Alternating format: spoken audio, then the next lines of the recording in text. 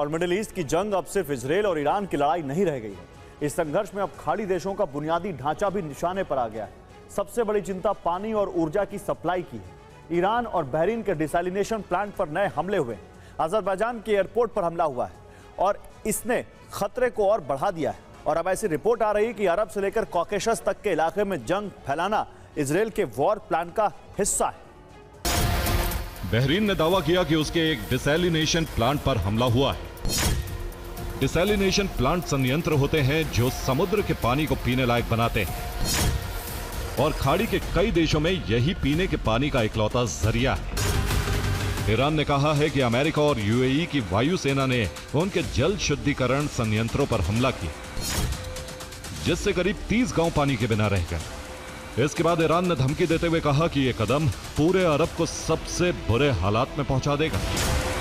Azerbaijan के अधिकारियों ने कहा कि ड्रोन ईरान की तरफ से आए थे, लेकिन ईरान के राष्ट्रपति मसूद पेजेशकियान ने अजरबैजान के राष्ट्रपति इल्हाम अलीयेव से बात करके कहा कि इस हमले से ईरान का कोई संबंध नहीं। ब्लिंकन ने कहा कि बराक ओबामा के समय भी इजराइल लगातार अमेरिका पर दबाव बना रहा था कि ईरान के खिलाफ बड़ी सैन्य कार्रवाई की जाए और इजराइल ने चेतावनी दी थी कि अगर अमेरिका कार्रवाई नहीं करेगा तो वो ईरान पर खुद हमला कर देगा। तो इतिहास में कई बार तेल संकट आए हैं, लेकिन इस बार का तेल संकट सबसे बड़ा है। मौजूदा हॉर्मुज संकट की वजह से वहां से रोज गुजरने वाली लगभग 2 करोड़ बैरल तेल सप्लाई खतरे में पड़ गई है। अब इसकी तुलना इतिहास के बड़े तेल संकटों से कीजिए। 1978 की ईरानी क्रांति के समय लगभग 55 लाख बैरल तेल सप्लाई प्रभावित हुई थी। 1973 के योम किपुर युद्ध में यह आंकड़ा करीब 45 लाख बैरल था। 1990 में इराक कुवैत युद्ध के दौरान लगभग 43 लाख बैरल सप्लाई प्रभावित हुई थी। 1980 के ईरान इराक युद्ध में करीब 40 लाख बैरल तेल सप्लाई पर असर पड़ा और रूस यूक्रेन युद्ध की वजह से 2022 में जो तेल संकट पैदा हुआ उसमें भी करीब 20 लाख बैरल सप्लाई प्रभावित हुई थी। इन पांचों ऐतिहासिक संकटों को जोड़ भी दिया जाए तो भी हॉर्मुज संकट के सामने कम ही है।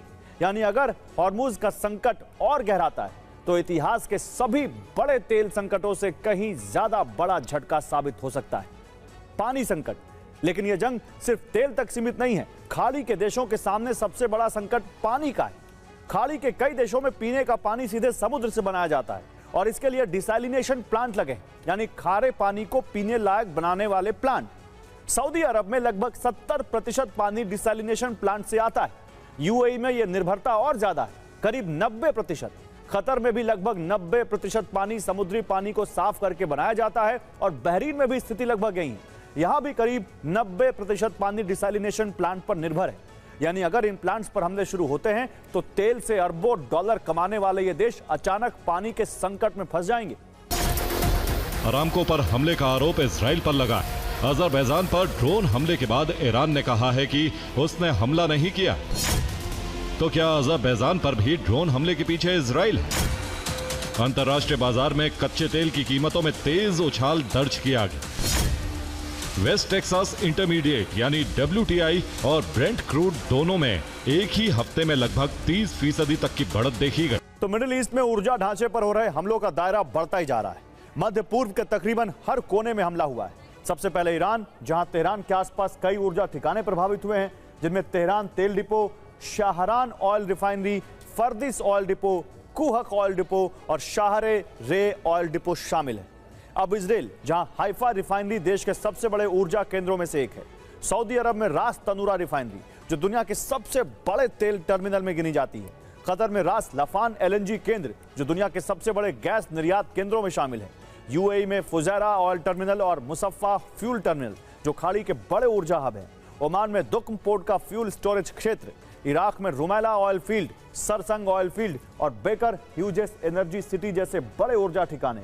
और आखिर में बहरीन, जहां बापको रिफाइनरी देश की सबसे बड़ी तेल रिफाइनरी है। यानी मिडिल ईस्ट की जंग अब ऊर्जा ठिकानों और पानी की जंग बनती जा रही है, जिसका असर पूरी दुनिया की अर्थव्यवस्था पर पड़ रहा है। नाकिचवान ईरान, तुर्की और आर्मेनिया के बीच फंसा रणनीतिक इलाका है। अगर यहां तनाव बढ़ता है तो तुर्की भी अजरबैजान के समर्थन में आ सकता है। इससे मिडिल ईस्ट का युद्ध काकेशस क्षेत्र तक फैल सकता है।